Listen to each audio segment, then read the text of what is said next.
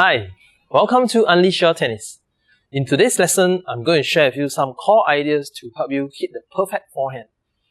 With these core ideas, I'm sure you'll be able to hit a great topspin and powerful forehand in your tennis games. Are you ready? Let's dive into today's lessons.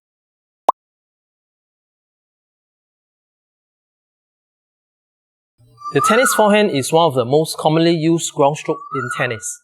In fact, most of the players use the forehand as part of their weapon. So in this lesson, I'm going to share with you some core ideas that are essential in your tennis forehand. You'll find that most professional players are applying these core ideas in the forehand. Right? The only difference is that they have their own style of hitting, right? But the core ideas remains the same. So without further ado, let me share with you the core ideas of the perfect forehand.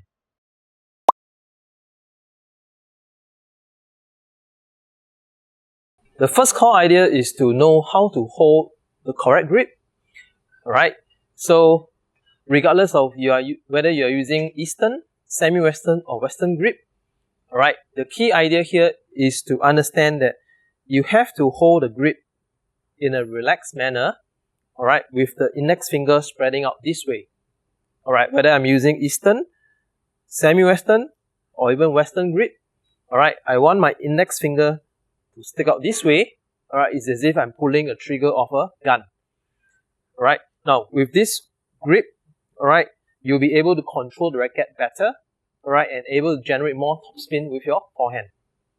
Alright, so remember, have your index finger spread this way rather than holding the grip like a block. Alright, so hold the grip this way for your forehand, and the heel of your palm is resting towards the end of the grip. Alright, so that's the first core idea, to understand how to hold the correct grip.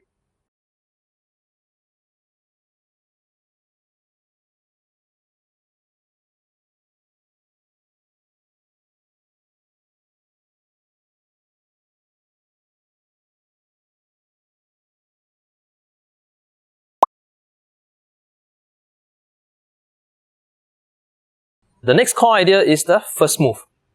Alright, now I'm not going to talk about the split step, okay, because it is something that all of us must do, and I have other lessons talking about split step. Alright, so we're going to focus on the forehand. So for the first move, you notice that most professional players like Federer, Nadal, Djokovic, alright, they have the first move this way. Alright, now what is important here is you notice that the non-master hand is resting on the throat of the racket, alright, and they turn the shoulder with two hands on the racket. Alright, so the reasons for doing this is that this move helps us to coil up, alright, in order to help us to wind up the body so that we can load and then unleash the shot. Secondly, alright, with this move, it helps us to push back the wrist. Alright, if you can see from this angle, helps us to push back the wrist so that the wrist is laid back. Alright, laid back all the way so that we can hit with more topspin for the shot. Alright, so remember, the first move is to turn with these two hands on the racket. Alright, to help us to wind up and to push back the wrist for more topspin on a forehand.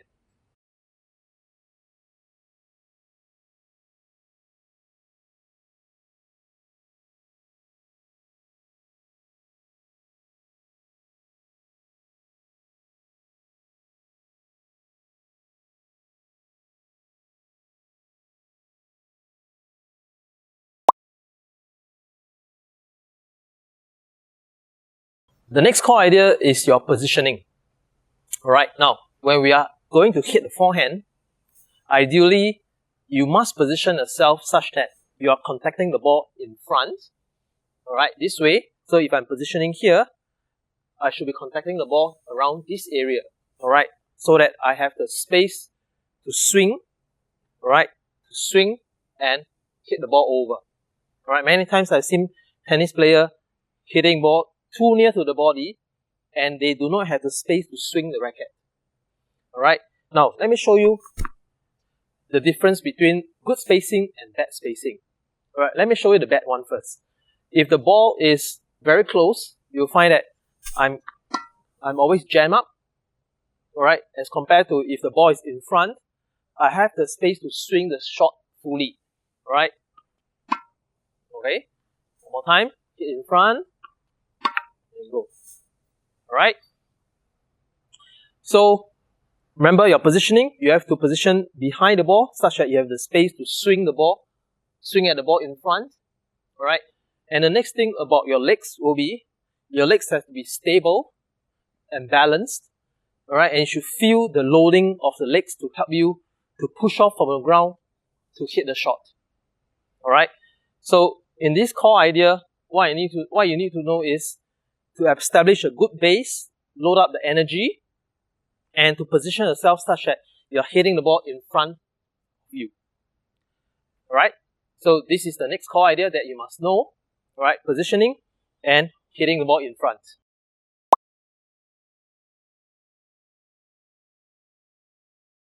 The next core idea I'm going to share with you is the swing path. Alright, now, just now I mentioned about the first move, where you prepare the racket this way, with two hands on the racket. Now, after that, how the racket is going to move, okay, this is what I'm going to share with you now. Okay, now, after your first move, alright, your two hands are here, okay. Now, the moment when you split the hand, alright, this racket is going up, you'll find that the racket is continue going up, alright. Now, when it comes down, alright, take note of this. The racket face is actually closed, alright, and if I were to remove my hand, alright, my palm is actually facing down, alright, and not facing sideways. Alright, if you are facing sideways, you will find that the racket is going this way. Alright, so when you pull the racket back, alright, you notice that the palm is facing down, okay, the racket face is closed. Okay, so from this angle, if I turn, racket goes up, come down, racket face is closed. Alright, so this is an important idea. Okay, next thing, when you bring the racket forward to contact the ball, notice that I will want to rotate my hip and the shoulder, and you will notice that the racket is actually lagging behind. This is what we call the racket lag. And in order to do that, you must maintain a loose arm and loose wrist so that the racket is able to lag behind and eventually generate racket hit speed to brush the ball over. Alright, so let me repeat again. Your backswing, racket goes up, alright, come down, okay, racket closed, okay, rotate the hip and shoulder, alright, racket is still lagging behind, and then from here, you accelerate to hit the ball over. Alright, let me show you two shots, okay.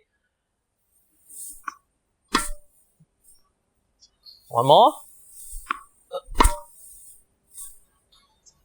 Alright, now, the idea that I want you to have is, when you do this backswing all the way to contact, there is a rhythm, alright, there's a timing, alright, we can't be doing too fast, okay, we can't be doing too slow, alright, we have to time it such a way that the backswing is pretty slow, alright, and once we time it nicely, we accelerate to strike the ball, alright, so there's timing and rhythm involved. So do take note of this core idea, alright, which is very important in your contact. Alright, backswing, alright, palm down, racket face, rotate the hip and shoulder, and then accelerate to drive the shot over.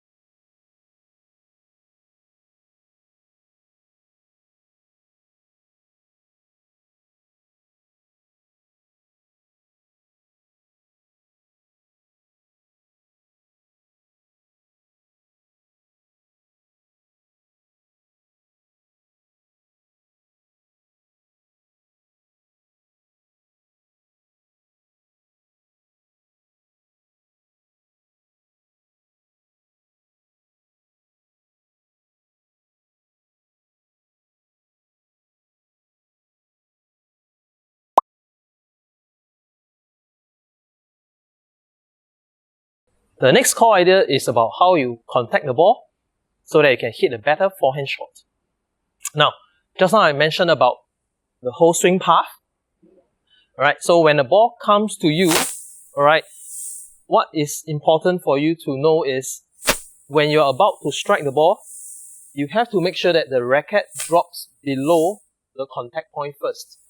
Alright, so that you have the ability to impart topspin to the tennis ball.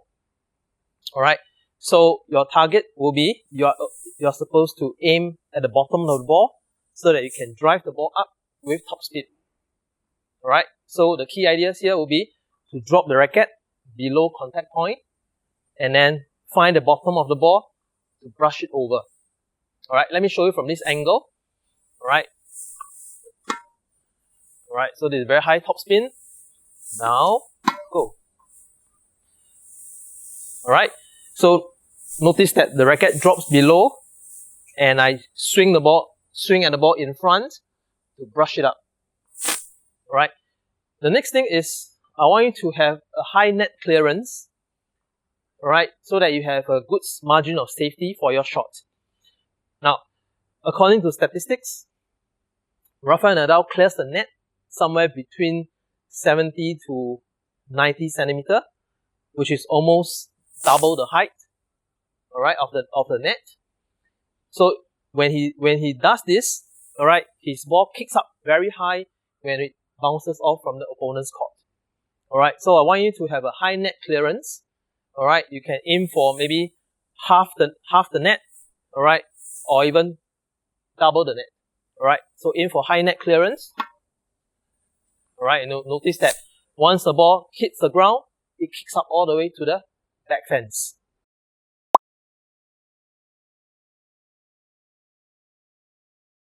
The last core idea that I want to share with you is to finish the shot. Alright, now so many times I've seen tennis players, especially beginning players, they are too concerned and too afraid to hit the ball. Alright, they just want to control the ball and put the ball in the court. So end up, what they did is they just do a half swing and they don't dare to finish the shot. Alright, so the last core idea I want to share with you is to really just finish the shot over to the other side of the body.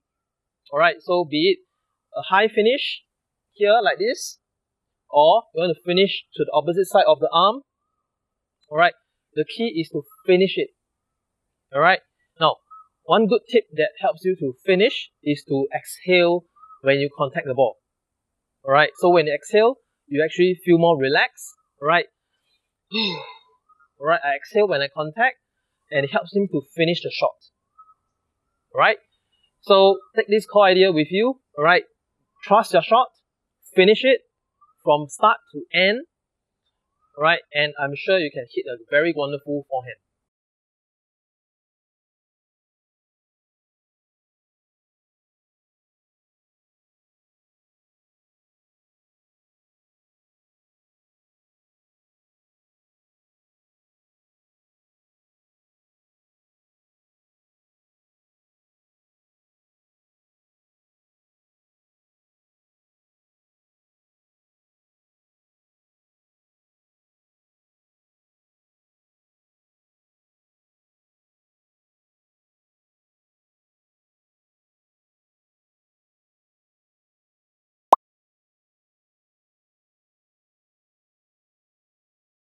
I hope you find today's lesson useful and applicable to your tennis game.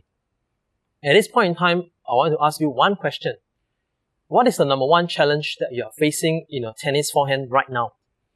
I want you to comment below so that I can help you. Alright, so that's all from me today. I'll see you in the next lesson.